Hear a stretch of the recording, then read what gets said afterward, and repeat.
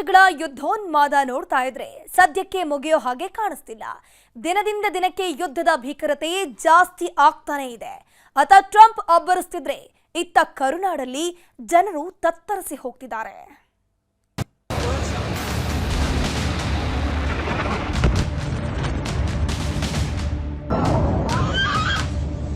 Iran ಹಾಗೂ Israel ಮಧ್ಯೆ ನಡೆಯುತ್ತಿರೋದು ಬರೀ ಯುದ್ಧವಲ್ಲ, ಸರ್ವನಾಶದ ಯುದ್ಧ.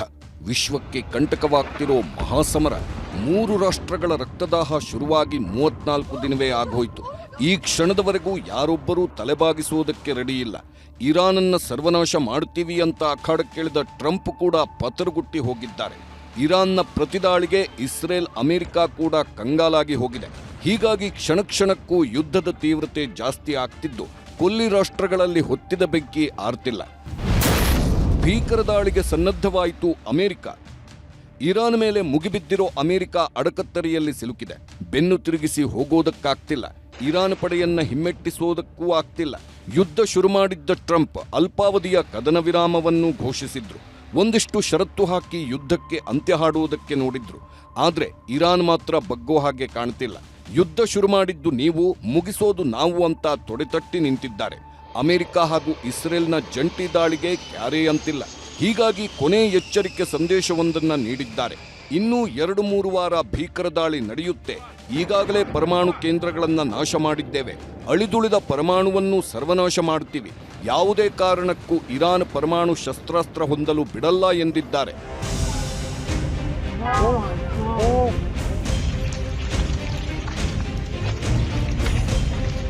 ಟ್ರಂಪ್ ಹೇಳಿಕೆ ಬೆನ್ನಲ್ಲೇ ಯುದ್ಧದ ತೀವ್ರತೆ ಮತ್ತಷ್ಟು ಹೆಚ್ಚಾಗಿದೆ. ಇರಾನ್ನ ಇಸ್ಫಹಾನ್ ಮೇಲೆ ಅಮೆರಿಕ ಭೀಕರ ದಾಳಿ ಮಾಡಿದೆ. ಮಿಸೈಲ್ ಬೇಸ್ಗಳನ್ನೇ ಗುರಿಯಾಗಿಸಿ ದಾಳಿ ಮಾಡಿದ್ದು ಎಲ್ಲೆಲ್ಲೂ ಅಗ್ನಿಯ ಕೆನ್ನಾಲಿಗೆ ಚಾಚಿಕೊಂಡಿದೆ.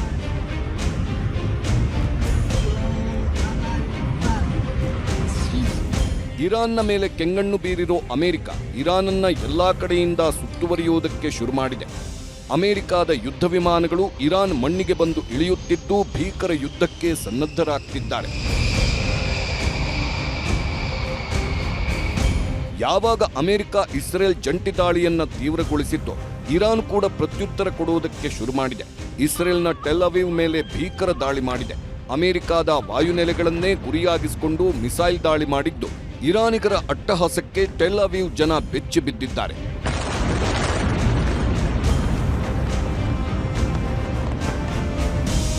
ಇರಾನಿಗರ ಅಟ್ಟಹಾಸಕ್ಕೆ ಇಸ್ರೇಲ್ ಅಕ್ಷರಶಃ ಕಂಗಾಲಾಗಿ ಹೋಗಿದೆ.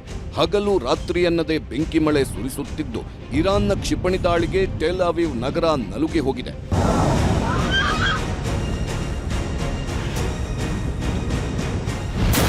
ಅಲ್ಲಿ ಬೆಂಕಿ ಮಳೆ, ಇಲ್ಲಿ ಗ್ಯಾಸ್ ರಗಳೆ. ಕೊಲ್ಲಿ ರಾಷ್ಟ್ರದಲ್ಲಿ ನಡೆಯುತ್ತಿರೋ ಯುದ್ಧ ಕರುನಾಡಿಗರನ್ನ ಅಕ್ಷರಶಃ ಕತ್ತಲ ಕೂಪಕ್ಕೆ ತಳ್ಳುತ್ತಿದೆ. ಹೊಟ್ಟೆಪಾಡಿಗೆ ದುಡಿಯೋ ಆಟೋ ಚಾಲಕರು ಕಣ್ಣೀರಿಡುವುದಕ್ಕೆ ಶುರು ಮಾಡಿದ್ದಾರೆ. ಮೇಲಿಂದ ಮೇಲೆ ಆಟೋ ಗ್ಯಾಸ್ ಬಂಕ್ಗಳು ಬಂದಾಗ್ತಿದ್ದು ಕಿಲೋಮೀಟರ್ ಗಟ್ಟಲೆ ಕ್ಯೂ ನಿಲ್ತಿದ್ದಾರೆ. ಮೈಸೂರು ರಸ್ತೆಯಲ್ಲಿರುವ ಇದೊಂದು ಬಂಕ್ನಲ್ಲಿ ಗ್ಯಾಸ್ ಲಭ್ಯವಿದೆ ಅನ್ನೋದು ಗೊತ್ತಾಗ್ತಿದ್ದಂತೆ ಸಾವಿರಾರು ಆಟೋ ಚಾಲಕರು ಎಂಟ್ರಿ ಕೊಟ್ಟಿದ್ರು. ಇನ್ನು ಬೆಂಗಳೂರಿನ HMT ರೋಡ್ನ ಸುಬೇದಾರ್ ಪಾಳ್ಯದಲ್ಲಿರೋ ಏಜಿಸ್ ಗ್ಯಾಸ್ ಬಂಕ್ ಮುಂದೆ ನೂರಾರು ಆಟೋಗಳು ನಿಂತಿವೆ. ಗ್ಯಾಸ್ ಹಾಕಿಸಿಕೊಳ್ಳುವುದಕ್ಕೆ ಚಾಲಕರು ಮುಗಿಬಿದ್ದಿದ್ದು ಕಿಲೋಮೀಟರ್ ದೂರ ಸಾಲುಗಟ್ಟಿ ನಿಂತಿವೆ.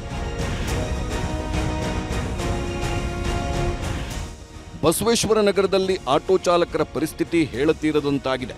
ಕಿಲೋಮೀಟರ್ ಗಟ್ಟಲೆ ಆಟೋ ಚಾಲಕರು ಕ್ಯೂ ನಿಂತಿದ್ದು ಒಂದು ಆಟೋಗೆ ಬರೀ 4 ಲೀಟರ್ LPG ಮಾತ್ರ ಹಾಕ್ತಿದ್ದಾರೆ. ಬೆಂಗಳೂರಲ್ಲಿ ಆಟೋ ಚಾಲಕರ ಪರಿಸ್ಥಿತಿ ಹೇಳತೀರದಂತಾಗಿದೆ. ಮಹಿಳೆಯೊಬ್ಬರು ಯಶವಂತಪುರದಿಂದ ಮತ್ತಿಕೆರೆಗೆ ತಮ್ಮ ಆಟೋವನ್ನ ತಳ್ಕೊಂಡ್ಬಂದಿದ್ದಾರೆ. ಎಲ್ಲೇ ಹೋದ್ರೂ ಗ್ಯಾಸ್ ಇಲ್ಲ ಅಂತಾರೆ. ಹೀಗೆ ಆದ್ರೆ ಮನೆ ಸಂಸಾರ ನಡೆಸೋದು ಹೇಗೆ ಅಂತ ಆಕ್ರೋಶ ವ್ಯಕ್ತಪಡಿಸಿದ್ದಾರೆ.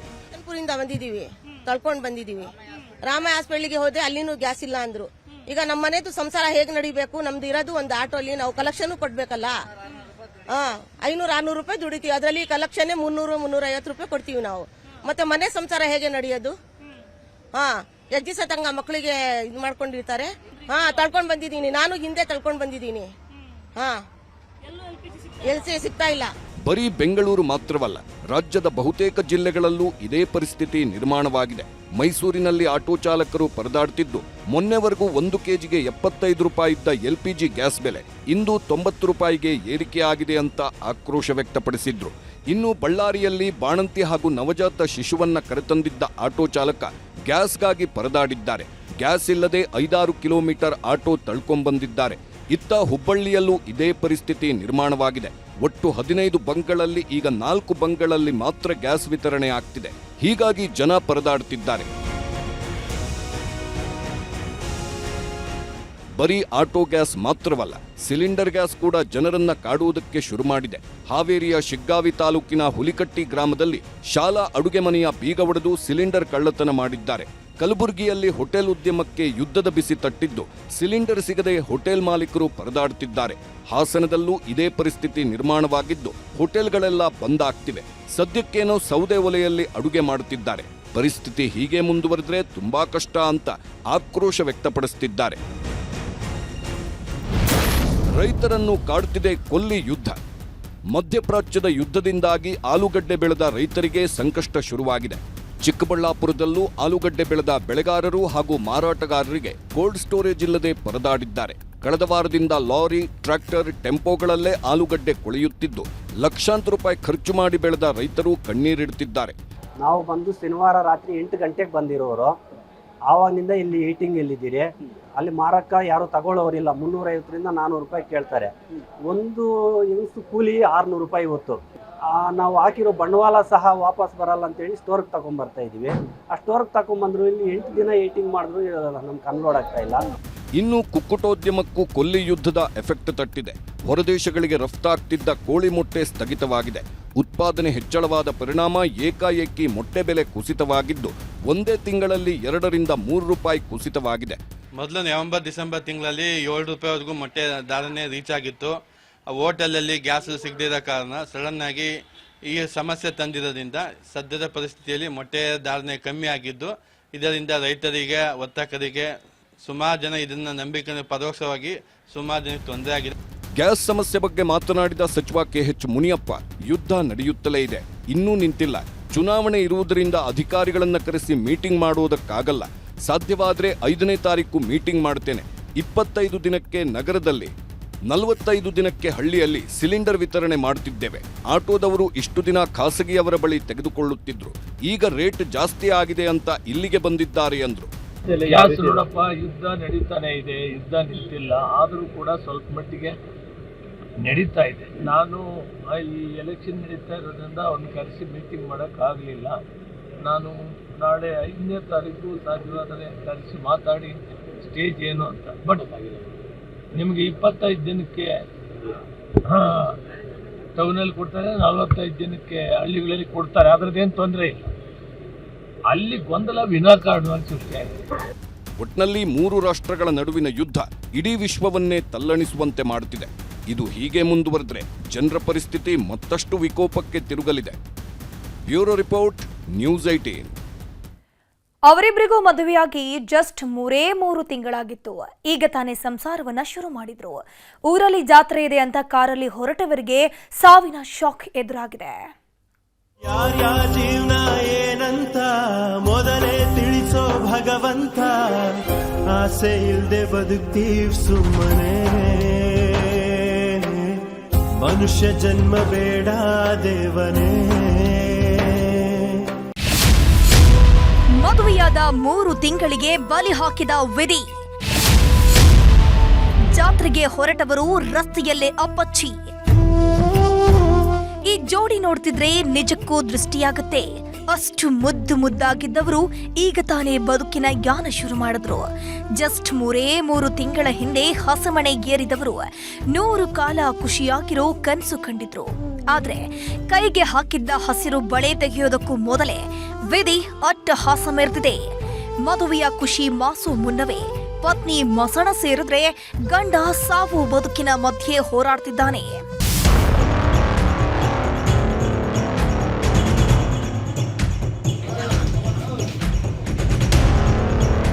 ಈ ಫೋಟೋದಲ್ಲಿರೋ ಹೆಣ್ಮಗಳ ಹೆಸರು ರಕ್ಷಿತಾ ರೆಡ್ಡಿ ಅಂತ. ಆಂಧ್ರಪ್ರದೇಶದ ಅನಂತಪುರ ಜಿಲ್ಲೆಯ ಉರುವಕೊಂಡ ನಿವಾಸಿ.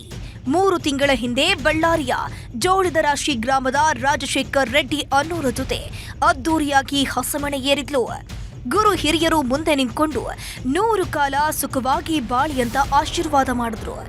ರಾಜಶೇಖರ್ ಬೆಂಗಳೂರಿನಲ್ಲಿ ಸಾಫ್ಟ್ವೇರ್ ಇಂಜಿನಿಯರ್ ಆಗಿದ್ರಿಂದ ಗಂಡ ಹೆಂಡತಿ ಇಬ್ಬರು ಇಲ್ಲೇ ವಾಸ ಮಾಡ್ತಿದ್ರು. ಬಳ್ಳಾರಿಯಲ್ಲಿ ಜಾತ್ರೆ ಇದೆ ಅನ್ನೋ ಕಾರಣಕ್ಕೆ ಇವತ್ತು ಗಂಡ ಹೆಂಡತಿ ಜೊತೆಗೆ ರಾಜಶೇಖರ್ ತಮ್ಮ ಚಿಕ್ಕಪ್ಪನ ಮಗ ಪವನನ್ನ ಕರ್ಕೊಂಡು ಬಳ್ಳಾರಿಗೆ ಹೊರಟಿದ್ರು. ಖುಷಿ ಖುಷಿಯಾಗಿಯೇ ಹೋಗ್ತಿದ್ದವರ ಬಾಳಲ್ಲಿ ಬೆದಿ ಚೆಲ್ಲಾಟವಾಡಿದೆ. ಚಿಕ್ಕಬಳ್ಳಾಪುರದ ಬಂದಹಳ್ಳಿ ಸಮೀಪ ಬರ್ತಾ ಇದ್ದಂತೆ ಲಾರಿಗೆ ಕಾರು ಡಿಕ್ಕಿ ಹೊಡೆದಿದೆ. ಇದರ ಪರಿಣಾಮ ರಕ್ಷಿತ ಹಾಗೂ ಮೈದುನ ಪವನ್ ಸ್ಥಳದಲ್ಲೇ ಸಾವನ್ನಪ್ಪಿದ್ರೆ ರಾಜಶೇಖರ್ ಸ್ಥಿತಿ ಚಿಂತಾಜನಕವಾಗಿದೆ. ಮಂಗಳೂರಲ್ಲಿ ಇವತ್ತು ಜಾತ್ರೆ ಇತ್ತು, ರಥೋತ್ಸವ. ಆ ರಥೋತ್ಸವಕ್ಕೆ ಹೋಗ್ಬೇಕನ್ನೋ ಕಾರಣಕ್ಕೆ ಅವರು ಹೋಗ್ತಾ ಇದ್ರು. ಬೆಳಿಗ್ಗೆ ಹೊರಟಿದಾಗ ಸುಮಾರು 8ರಿಂದ 8:30 ಸಮಯದಲ್ಲಿ ಅವರು ಕಂಟಿನ್ಯೂಸ್ ಫೋನ್ ಮಾಡ್ತಾ ಇದ್ದಾಗ ಪೊಲೀಸರ ಕೈಯಲ್ಲಿ ಫೋನ್ ಇತ್ತು. ಅವರು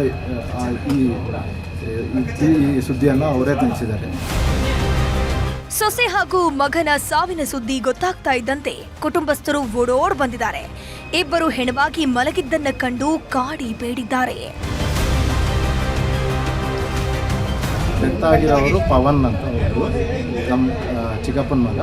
ಇನ್ನೊಬ್ಬರು ರಕ್ಷಿತ ಅಂತ, ಅವರು ನಮ್ಮ ರಿಲೇಟಿವ್ಸೇ. ಅವರು ಇನ್ನೊಬ್ಬರು ರಾಜಶೇಖರ್ ರೆಡ್ಡಿ ಅನ್ನೋರ ವೈಫ್ ಒಬ್ಬರು. ಅವ್ರಿಗೆ ರೀಸೆಂಟಾಗಿಯೇ ಮದುವೆ ಆಗಿದೆ. ಇಬ್ಬರು ಡೆತ್ ಆಗಿದೆ. ರಾಜಶೇಖರ್ ರೆಡ್ಡಿ ಇನ್ನೂ ಒಳ್ಳೆ ಚಿಕಿತ್ಸೆಗೋಸ್ಕರ ಬೇರೆ ಹಾಸ್ಪಿಟ್ಲಿಗೆ ಹೋಗಿದ್ದಾರೆ.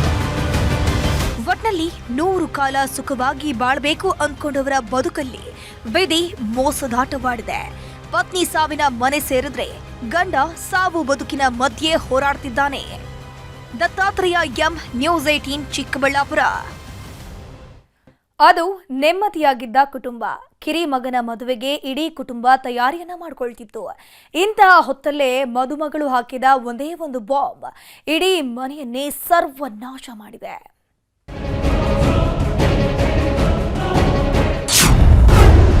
ಮದುವೆಯ ಖುಷಿಯಲ್ಲಿದ್ದ ಮನೆಯಲ್ಲಿ ಸಾವಿನ ಸೂತಕ. ಅತ್ತಿಗೆ ಜೊತೆ ಮೈದುನನ ನಂಟು ನಡೆದಿದ್ದು ಘನಘೋರ.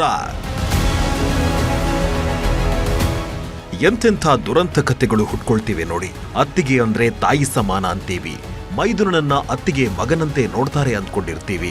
ಆದ್ರಿಲ್ಲಿ ಅತ್ತಿಗೆ ಮೈದುನನ ಮಧ್ಯೆಯೇ ಹುಟ್ಟಬಾರದ ಕಥೆಯೊಂದು ಹುಟ್ಕೊಂಡಿದೆ. ಅಣ್ಣನ ಹೆಂಡತಿ ಜೊತೆ ತಮ್ಮ ಸಂಸಾರ ನಡೆಸ್ತಿದ್ದಾನೆ ಅನ್ನೋ ಆರೋಪ ಕೇಳಿ ಬರ್ತಿದ್ದಂತೆ ನಡೆಯಬಾರದ ಘಟನೆ ನಡೆದು ಹೋಗಿದೆ. ಅಣ್ಣ ಹಾಗೂ ಅಪ್ಪನ ಸಿಟ್ಟಿಗೆ ಕಿರಿ ಮಗನ ರಕ್ತದ ಕೋಡಿ ಹರಿದಿದೆ.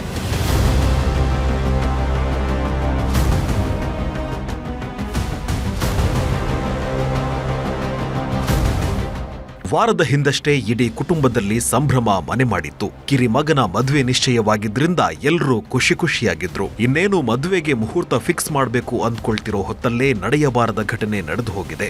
ಮದುಮಗಳು ಹಾಕಿದ ಒಂದೇ ಒಂದು ಬಾಂಬ್ ಇಡೀ ಕುಟುಂಬವನ್ನೇ ಛಿದ್ರ ಮಾಡಿದೆ. ತಮ್ಮನ ಮೇಲೆ ಸಿಡಿದೆದ್ದ ಅಣ್ಣ ಒಡ ಹುಟ್ಟಿದವನ ಕಥೆಯನ್ನೇ ಮುಗಿಸಿದ್ದಾನೆ. ಈತನ ಹೆಸರು ಸ್ಟಾಲಿನ್ ಅಂತ. ತುಮಕೂರು ನಗರದ ಬನಶಂಕರಿ ಬಡಾವಣೆ ನಿವಾಸಿ. ಎಲ್ಲ ಸರಿಯಾಗಿದ್ದಿದ್ರೆ ಇನ್ನೇನು ಕೆಲವೇ ದಿನಗಳಲ್ಲಿ ಹಸೆಮಣೆ ಏರ್ಬೇಕಿತ್ತು. ಆದ್ರೆ ಈತನ ಕೈ ಹಿಡಿಬೇಕಿದ್ದ ಹುಡುಗಿ ಜೆನಿಫರ್ ಮಾಡಿದ ಒಂದೇ ಒಂದು ಆರೋಪ ಅಲ್ಲೋಲ ಕಲ್ಲೋಲ ಸೃಷ್ಟಿಸಿದೆ. ಮದುವೆ ನಿಶ್ಚಯವಾದ 1 ವಾರದ ನಂತರ ಹುಡುಗನ ಮನೆಗೆ ಬಂದವಳು ರಣಚಂಡಿಯಾಗಿದ್ಲು. ನೀನು ನಿನ್ನ ಅತ್ತಿಗೆ ಜೊತೆಗೆ ಅಕ್ರಮ ಸಂಬಂಧ ಇಟ್ಕೊಂಡಿದ್ದೀಯಾ ಅಂತ ಗಂಭೀರ ಆರೋಪ ಮಾಡಿದ್ಲು. ಈ ವಿಷಯ ಗೊತ್ತಾಗ್ತಿದ್ದಂತೆ ಮನೆಯಲ್ಲಿ ಕುರುಕ್ಷೇತ್ರವೇ ಶುರುವಾಗಿತ್ತು. ಸ್ಟಾಲಿನ್ನ ಅಣ್ಣ ನವೀನ್ ಪತ್ನಿ ಗರ್ಭಿಣಿ ಬೇರೆ. ಹೀಗಾಗಿ ತಮ್ಮ ಹಾಗೂ ಹೆಂಡತಿ ಮೇಲೆ ಈತನಿಗೂ ಅನುಮಾನ ಶುರುವಾಗಿದೆ. ನನ್ನ ಸಂಸಾರಕ್ಕೆ ತಮ್ಮನೇ ಕೊಳ್ಳಿ ಇಟ್ಟಿದ್ದಾನೆ ಅಂತ ಸಿಟ್ಟಿಗೆದ್ದವ ಜಗಳಕ್ಕೆ ನಿಂತಿದ್ದಾನೆ. ಅಪ್ಪ ಕೂಡ ದೊಡ್ಡ ಮಗನ ಬೆಂಬಲಕ್ಕೆ ನಿಂತಿದ್ದ. ಹೀಗಾಗಿ ಮಾತಿಗೆ ಮಾತು ಬೆಳೀತಿದ್ದಂತೆ ತಮ್ಮನ ಎದೆಗೆ ಚಾಕು ಚುಚ್ಚಿದ್ದಾನೆ. ರಕ್ತದ ಮಡುವಲ್ಲಿ ಬಿದ್ದ ಸ್ಟಾಲಿನ್ ಅನ್ನ ನೋಡ್ತಿದ್ದಂತೆ ಅಪ್ಪ ಮಗ ಕಂಗಾಲಾಗಿದ್ದಾರೆ. ಕೂಡಲೇ ಒಂದು ಕಥೆ ಕಟ್ಟಿದವರು ಮನೆಯಲ್ಲೇ ಕುಸಿದು ಬಿದ್ದಿದ್ದಾನೆ ಅಂತ ಸಿದ್ಧಗಂಗಾ ಆಸ್ಪತ್ರೆಗೆ ದಾಖಲಿಸಿದ್ರು. ಗಂಭೀರ ಗಾಯ ಆಗಿದ್ರಿಂದ 5 ದಿನ ಸಾವು ಬದುಕಿನ ಮಧ್ಯೆ ಹೋರಾಟ ನಡೆಸಿದವ ಕೊನೆಗೂ ಬದುಕುಳಿಯಲೇ ಇಲ್ಲ. ಯಾವಾಗ ಸ್ಟಾಲಿನ್ ಸಾವನ್ನಪ್ಪಿದ್ನೋ ಪೋಸ್ಟ್ ಮಾರ್ಟಂ ಮಾಡೋದು ಬೇಡ ಅಂತ ಅಪ್ಪ ಮಗ ಪಟ್ಟು ಹಿಡಿದಿದ್ದಾರೆ. ಯಾರು ಏನೇ ಹೇಳಿದ್ರೂ ಕೇಳೋ ಸ್ಥಿತಿಯಲ್ಲಿ ಇರಲಿಲ್ಲ. ಹೀಗಾಗಿ ಪೊಲೀಸರಿಗೆ ಅನುಮಾನ ಶುರುವಾಗಿತ್ತು. ತಮ್ಮ ಸ್ಟೈಲ್ ನಲ್ಲಿ ತನಿಖೆ ಶುರು ಮಾಡುತ್ತಿದ್ದಂತೆ ಅಸಲಿ ಸತ್ಯ ಬಾಯ್ಬಿಟ್ಟಿದ್ದಾರೆ. ತಾವೇ ಕೊಂದಿದ್ದಾಗಿ ಸತ್ಯ ಒಪ್ಪಿಕೊಂಡಿದ್ದಾರೆ. ಸೊ ಆ ಡೌಟ್ ಮೇಲೆ ಎಲ್ಲರನ್ನೂ ಒಬ್ಬರೊಬ್ಬರನ್ನು ಪ್ರಶ್ನೆ ಮಾಡುವಾಗ ಆವತ್ತು ನಡೆದಿರೋ ಘಟನೆಯನ್ನು ಅವರ ಫ್ಯಾಮಿಲಿ ಮೆಂಬರ್ಸು ನಮಗೆ ತಿಳಿಸ್ತಾರೆ. ಅಣ್ಣ ಸನ್ ಆಫ್ ಜಾನ್ ಪಾಲ್ ಮತ್ತು ಇವರಿಬ್ಬರನ್ನು ಅರೆಸ್ಟ್ ಮಾಡಲಾಗಿದೆ. ಮದುಮಗಳು ಮಾಡಿದ ಆರೋಪ ಸತ್ಯವೋ ಸುಳ್ಳೋ ಗೊತ್ತಿಲ್ಲ, ಆದ್ರೆ ಹಿಂದೆ ಮುಂದೆ ಯೋಚಿಸಿದವ ತಮ್ಮನ ಹೆಣಕೆಡವಿದ್ದಾನೆ. ಮದುವೆ ಮಂಟಪ ಏರಬೇಕಿದ್ದವ ಮಣ್ಣು ಪಾಲಾದ್ರೆ ಅಪ್ಪ ಮಗ ಕಂಬಿ ಹಿಂದೆ ಸೇರಿದ್ದಾರೆ. ವಿಠಲ್, ನ್ಯೂಸ್ 18 ತುಮಕೂರು. ಸಿಎಂ ತವರೂರು ಮೈಸೂರು ಅಕ್ರಮ ಜೂಜಾಟದ ಅಡ್ಡಿಯಾಗ್ತಿದ್ಯಾ ಅನ್ನೋ ಅನುಮಾನ ಕಾಡ್ತಾ ಇದೆ. ಯಾಕಂದ್ರೆ ರೌಡಿ ಶೀಟರ್ಗಳ ನೆರಳಲ್ಲೇ ಕೋಟಿ ಲೆಕ್ಕದಲ್ಲಿ ಜೂಜಾಟ ಶುರುವಾಗಿದೆ.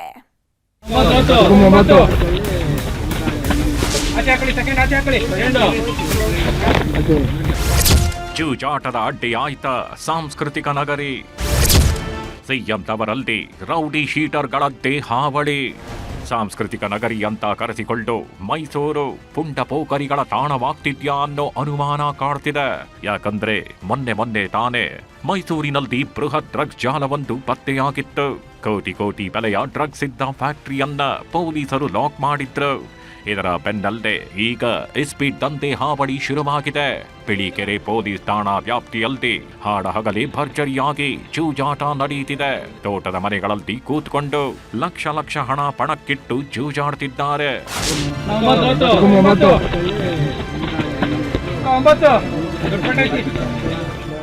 ಮೈಸೂರಿನಲ್ಲಿ ನಡೆಯುತ್ತಿರೋ ಜೂಜಾಟಕ್ಕೆ ಕುಖ್ಯಾತ ರೌಡಿ ಶೀಟರ್ಗಳೇ ಸೂತ್ರಧಾರಿಗಳು.